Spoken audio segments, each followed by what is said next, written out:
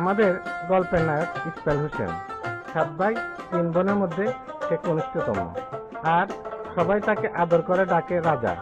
কিন্তু দুঃখের বিষয়, রাজা হলেও নেই কোনো মুকুট, তাই সে আমাদের মুকুটবিহীন রাজা। আজ সেই মুকুটবিহীন রাজার বাগদান। শুনেছি ঢাকা অনুষ্ঠান হবে, আর আমি তো দুলাভাই, আমার লাভ শুধু খাবারে। তাই কয়েকদিন ধরে খাওয়া কমিয়ে দিচ্ছি, যেন সেদিন পেটের স্টোরেজ ক্যাপাসিটি ফাঁকা থাকে। সকাল 7টা, নোয়াগাড়ি রেডি, সাথে আছে আমার ছোট শেলিকা, তার বর, যারা খাওয়া দাওয়ায় ব্যাপারে আমার কম্পিটিশন পার্টনার।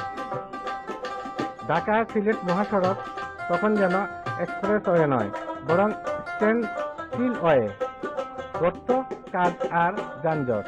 মনে হচ্ছিল বাগদানে আগে আমার যেন ধৈর্যের পরীক্ষা অংশ নিচ্ছি। অবশেষে কোণের বাড়িতে উঠে যা দেখলাম, আহারে, বাহারি খাবারের পরশা। মনে হচ্ছিল পুরো শাহী মেনু যেন আমার জন্য সাজানো হয়েছে।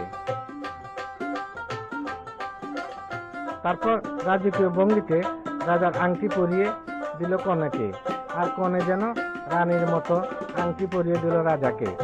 এক কথা, মুকুট নেই, কিন্তু আংটি তো আছে। সব শেষ, বিদায় নিলাম, কিন্তু মুখে তখনও খাবারের স্বাদ। এ ছিল এক রাজকীয় বাগদান, যেখানে রাজা, রানী আর আমরা খাবার প্রেমীরা সবাই সমান আনন্দে মেতেছিলাম।